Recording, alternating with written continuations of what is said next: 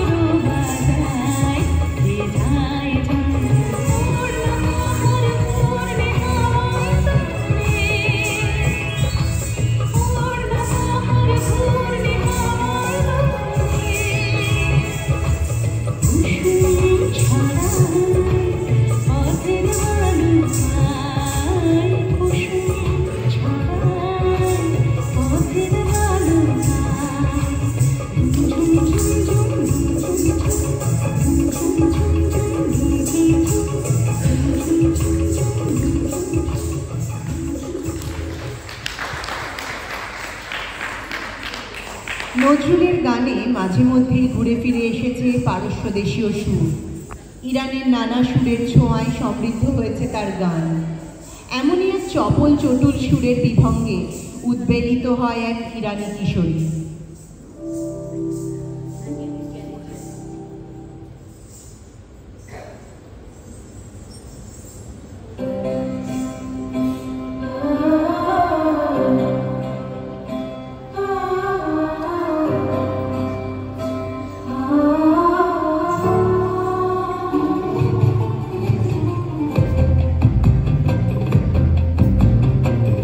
জাফরানি ঘাঘরি চলে সিরাজির পরি ইরানি কিশোরী হেসে হেসে পরি জাফরানি ঘাঘরি চলে সিরাজির পরি ইরানি কিশোরী হেসে হেসে পরি জাফরানি ঘাঘরি।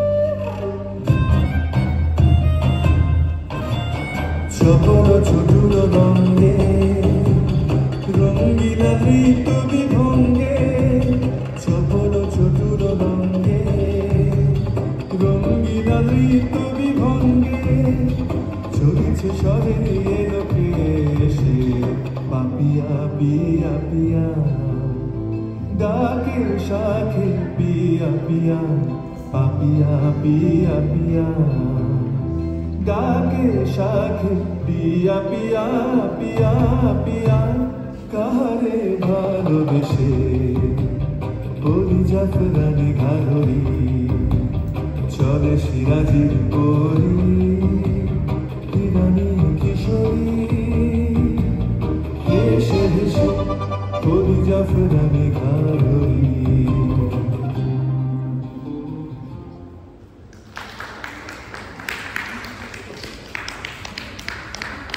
পিরামিডের দেশ মিশর, সাহারা মরুভূমি ও খেজুর বিথিতে সাজানো সুদূর এই দেশের সুর নজরুলের হাত ধরে পৌঁছয় আমাদের বাংলায়।